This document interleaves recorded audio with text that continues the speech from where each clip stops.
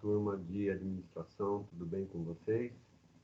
Bom, nós vamos mudar um pouquinho o formato da nossa aula hoje, dessa vez, até porque eu não vou ter mais condições de gravar as aulas na própria escola. Então, eu estou fazendo isso de casa e é a minha primeira vez nesse esquema. Então, se tiver algum problema, assim, a gente vai tentar eliminando ele aos poucos, à medida que a gente for gravando as outras aulas. Bem, então espero que vocês me perdoem se tiver alguma coisa um pouco mais complicada, mas a gente vai tentar fazer dessa forma também, porque é a forma mais fácil que eu estou encontrando para passar o conhecimento para vocês e dar continuidade às nossas aulas. Perfeito? Então, um pouquinho de paciência, um pouquinho mais de esforço de vocês, para que a gente possa então fazer essa aula legal. Tá bem? Bom, nas aulas passadas, a gente estudou um pouquinho aquela parte de administração de materiais, tá certo? E no tocante à parte de cálculos de ponto de ressuprimento, cálculo de estoque médio, estoque de segurança, o lote econômico de compra. Fiz um exercício na aula passada para vocês, eu acho que com aquelas fórmulas aplicadas dá para fazer, e passei uma atividade também, que isso está valendo nota para somar na média final de vocês. Então, espero que vocês também entreguem isso dentro do prazo estipulado, tá certo? E é isso, pessoal. Tá? Qualquer dúvida com relação às aulas passadas, vocês me questionem, me chamem no grupo. Eu estou no grupo de vocês do WhatsApp, tá certo? Também tem o meu e-mail, pode me contatar a hora que vocês quiserem. Eu vou ter o maior prazer em responder todas as suas dúvidas. Ok? Bom, a aula de hoje eu separei aqui uma apresentação que inclusive muitos de vocês que entregaram já aquele trabalho de técnica de administração de materiais, novas tendências, tecnologias aplicadas à gestão de materiais, já até mencionaram no trabalho de vocês. Aliás, tem gente me devendo esse trabalho, a maioria de vocês, só 4 pessoas me entregaram até agora, tá bem? Então, estou esperando para que vocês possam ter também a nota, que vale 2 pontos na nota final, tá bom? Bom, a aula de hoje nós vamos falar sobre JIT, que é o Just in Time, tá certo?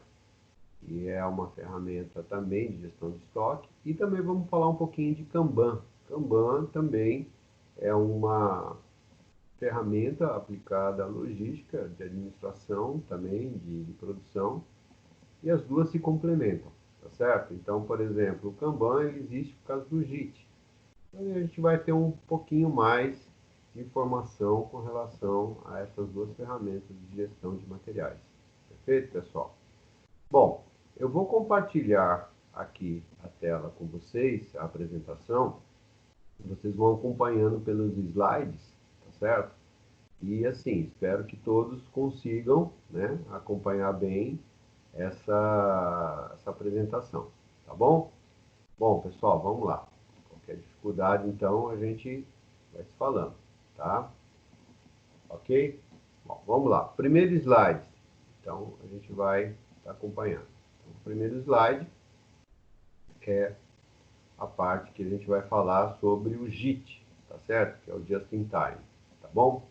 Bom, vamos entender um pouquinho o que é o JIT, né? A origem dele. Ele começou a partir da segunda metade do século XX, tá? Logo depois da Segunda Grande Guerra Mundial, e a origem dele é o Japão, tá certo? Então, surgiu no Japão e, por ser um país pequeno, superpovoado, com escassez de recursos, eles davam grande importância a tudo o que podia ser aproveitado, tá certo? Então, essa é uma da filosofia do JIT, ou seja, sem desperdício, ou seja, otimizando todos os recursos, tá certo?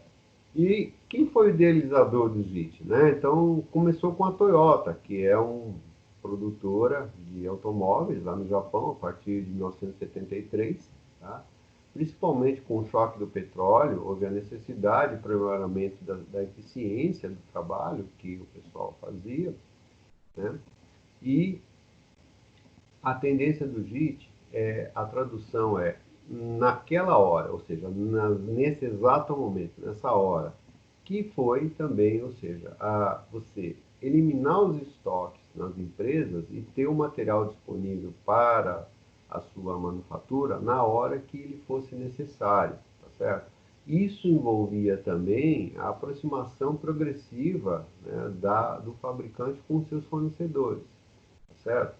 Então, para que possa ocorrer o JIT de uma forma eficiente, os fornecedores têm que estar próximo do seu cliente, né? Ou seja, da empresa que está demandando aquela matéria-prima, tá certo? Então, vamos lá, para entender. O JIT é um sistema produtivo que visa atender a demanda instantânea com qualidade perfeita e sem desperdícios. É uma das traduções ou uma das definições do JIT. Tá?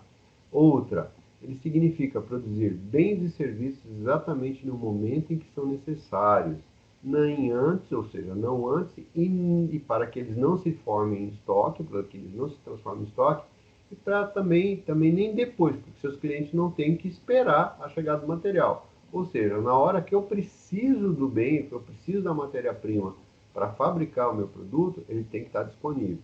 Isso implica num esforço muito grande, numa parceria muito grande do seu fornecedor. Tá certo? Bom, o JIT, como eu falei, ele vai trabalhar sempre nos fluxos puxados, que seriam camadas sincronizadas, que nós vamos ver ali na frente, que nós temos dois métodos de produção. Nós temos os fluxos puxados, ou make to order, e temos os fluxos empurrados, que é o make to stock. O JIT só vai funcionar no fluxo puxado, ou seja, naquele que eu produzo baseado numa encomenda, naquele que eu já tenho pedido para fabricar.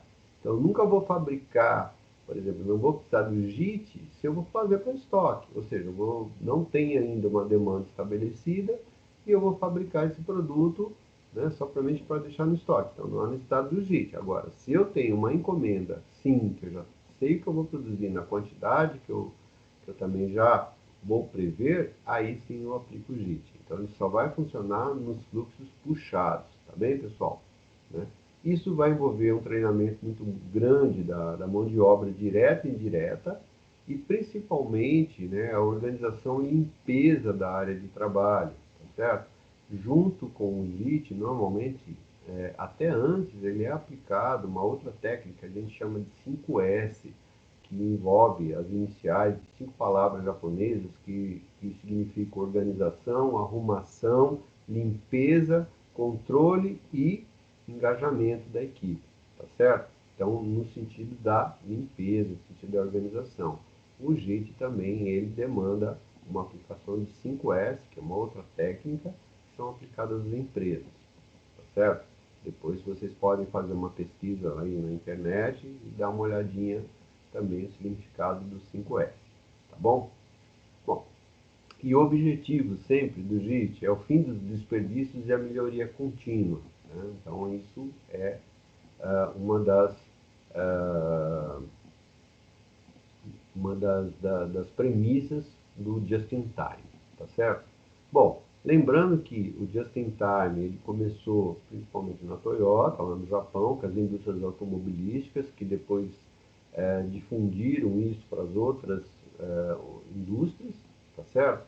E ele funciona muito bem, onde ele é melhor aplicado exatamente na indústria automobilística, ok? Bom, e quais são, né, os 7 desperdícios que o Just-in-Time procura eliminar? Né? Então, a gente vai ter a superprodução, aquela produção que você faz, como eu disse, para estoque, você não tem necessidade de ter aquele material, mas para otimizar os seus recursos, você acaba utilizando todos os meios que você tem de produção. Então, você tem uma superprodução. Você vai eliminar a espera, né, daquilo que faltou eventualmente para poder atender a produção, vai otimizar o transporte, tá certo? Vai otimizar o processamento, a movimentação dos materiais, vai reduzir também os defeitos, ou seja, a gente vai brigar para produzir menos defeitos e eliminar os estoques, né? Então, são esses os desperdícios que o JIT proporciona, ou seja, que ele visa eliminar dentro das empresas. Tá bem? Bom, Aí aquilo, uma demonstração que eu falei para vocês, do fluxo empurrado e do fluxo puxado, tá certo? Olha aí, para vocês terem uma ideia de como isso é feito, né? Então, no fluxo empurrado, você tem lá uma demanda, vamos imaginar, de 1, né? Só que na produção você vai produzindo todos os recursos, vai ter gargalos, né? Então, onde você vai ter um acúmulo de recursos em determinado momento da produção, o desenho dá para ver aí nitidamente, né? Ah, enquanto que num fluxo puxado, né, ou naquilo que a gente chama de make to order, né, você vai ter lá uns recursos necessários exatamente no momento certo para a sua produção, tá? Porque você já sabe a sua demanda, você já entende ela, e aí você vai otimizar os recursos para a sua produção de acordo com o que você vai produzir, diferente dos outros que você não tem, aí você acaba tendo recursos em determinados momentos da produção que nem sempre são necessários, tá certo? Então esse é um slide que vocês podem ver, tá? O outro aí, analogia que a gente fala, né, da analogia do lago para a abordagem do JIT. Bom, vocês podem ver, né, se você tem uns estoques muito altos, que dá para ver aqui, né, olha, né, nessa parte aqui, você vai ver que quando eu tenho estoque alto, ele me elimina, né, os riscos da operação. Porém, olha quanto recurso ficaria aqui. O que o JIT faz? O JIT vai fazer com que os meus estoques diminuam num ponto onde eu consiga superar os meus obstáculos, né, com o menor recurso possível, tá certo? Então a gente vai ter uma série de problemas de produção, mas a gente vai ter os recursos no nível necessário que possa transpô-los. É mais ou menos uma abordagem daquilo que é necessário para que você possa transpassar ou passar por cima dos seus problemas sem ter muitos recursos. Você não precisaria, para poder superar isso aqui, tantos estoques ou tantos recursos, um exemplo que eu estou dando aqui da analogia do lago. Ok? Bom, e quando você aplica o JIT, você tem algumas premissas e algumas vantagens, né, com relação ao just-in-time. Você vai ter lotes reduzidos, você vai ter recebimentos frequentes e confiáveis, né, isso é necessário, então, ou seja, você vai ter uma maior repetibilidade daquilo que vai ser entregue na sua empresa, em lotes menores. Você vai ter o lead times, que seriam os tempos de fornecimento reduzidos também. Então, à medida que os lotes são menores, o seu tempo também de fornecimento vai ser reduzido. Você não precisa de muito tempo para poder abastecer a sua produção. Isso vai exigir um alto nível de qualidade, que você vai ter que ter, aplicar exatamente no ambiente de produção. Uma redução da sua base de fornecedores, isso é importante porque você vai ter que formar parcerias para que você possa aplicar o JIT corretamente. Então, quanto menor o número de fornecedores, é mais fácil de controlar e melhor você vai ter também o engajamento desses fornecedores na sua produção, né? Também tem que ter informações comerciais de projetos, produção compartilhadas, então, ou seja, dentro da empresa e mesmo dentro dos produtos que são fornecidos pelos fornecedores, ou seja, os fornecedores têm que ter a ideia daquilo que você vai produzir antecipadamente para se prever também a entrega dentro daquilo, do tempo certo que você vai precisar, né? Você vai ter uma redução dos seus custos de aquisição, né? Também, a partir do momento que você pode negociar lotes maiores com entregas frequentes, isso faz com que o seu custo de aquisição caia. E uma coisa super importante, você tem que ter a localização dos fornecedores, né? Os seus fornecedores têm que estar também próximos a você, para que você tenha uma entrega rápida daquilo que você vai precisar, tá certo? Bom, dando sequência aí, pessoal, né? Outra ferramenta que a gente tem é o Kanban. Antes de a gente passar para o Kanban, tá? Fiquem à vontade se vocês tiverem qualquer dificuldade do JIT ou alguma dúvida. Lembrando sempre que JIT é a abreviatura de Just in Time, que significa na hora, nesse exato momento. É aquilo que a gente está produzindo, né? com a redução de desperdícios e redução de recursos, ok? Bom, falando um pouquinho de Kanban, o que é o Kanban? Kanban é uma palavra, né, japonesa que significa cartão, sinalização, né? Então, como é que funciona, né? Então, um conceito relacionado com a utilização de cartões, post-its, para indicar o andamento dos fluxos de produção em empresas, né, de fabricação em série, né? Nesses cartões são colocadas indicações sobre uma determinada tarefa, por exemplo, para executar em andamento ou finalizado. Então, você vai trabalhar com um quadro, e aonde nesse quadro você vai dividir as fases de produção e colocar cartõezinhos que significam aquilo que tem que ser feito, né, a executar ou para executar, em andamento, ou aquilo que vai ser ou que já está finalizado. Então, uma ideia aqui, você pode identificar esses cartões com cores, né, diferentes, e dividir exatamente esse quadro nessas três fases: a executar, sendo executado e aquilo que já está feito. Nos cartões, você vai colocar o nome da tarefa, aquilo que precisa ser feito e, eventualmente, até o responsável por aquela atividade, por aquela tarefa dentro do processo. Então, por exemplo, você tem um quadro ali onde você vai marcar isso, e quem chegar ali vai saber exatamente que fase que o processo está, que fase que o processo se encontra. Quando há uma troca de turnos, por exemplo, a pessoa que chega, ela já vai estar sabendo o que ela vai ter que fazer, o que está faltando fazer, tá certo? Então, é basicamente isso, tá? E o Kanban, né, ele vai atuar juntamente com o JIT, tá certo? A utilização de um sistema Kanban permite um controle detalhado de produção com informações sobre quanto e quando produzir, né? O método Kanban foi inicialmente aplicado em empresas japonesas de fabricação em série e está estreitamente ligado ao conceito do Just-in-Time. Então, ou seja, sem o Just-in-Time não existe Kanban, né? Então, é importante que os dois atuem juntos, né? E também nasceu onde?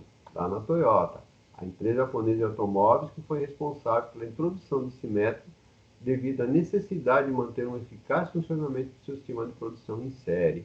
Então, lembrando que o Japão, um país pequeno, com poucos recursos, né, teve que se adaptar, né, a maneira para poder otimizar o máximo que ele tinha. Tá certo? Então, essas técnicas nasceram da necessidade japonesa em ter um controle melhor dos recursos aplicados ao ambiente de produção. Tá certo? Bom, e dentro do Kanban, você vai ter dois tipos de Kanban, né? Então, você vai ter um Kanban que é o de produção e o outro de movimentação, tá certo? O de movimentação, ele notifica os diversos setores de produção de uma linha para quando realizar determinada ação ou quando esperar pela ordem subsequente, tá? Sendo que o Kanban de produção é um outro tipo e que ele pode ter uso além da indústria, que é o Kanban de produção. Então, não necessariamente você precisa ter a indústria. Pode ter até uma parte de comércio que você pode utilizar o Kanban de produção, né? Isso aqui, ó. No Kanban de produção, coloque-se murais ou softwares, né? Não necessariamente um quadro, você pode ter um software também, que você vai ter um espaço que vai ser visualizado por todos os funcionários responsáveis por desempenhar naquela linha de produção. E aí, aquilo que eu te falei, você vai dividir esse quadro em três partes.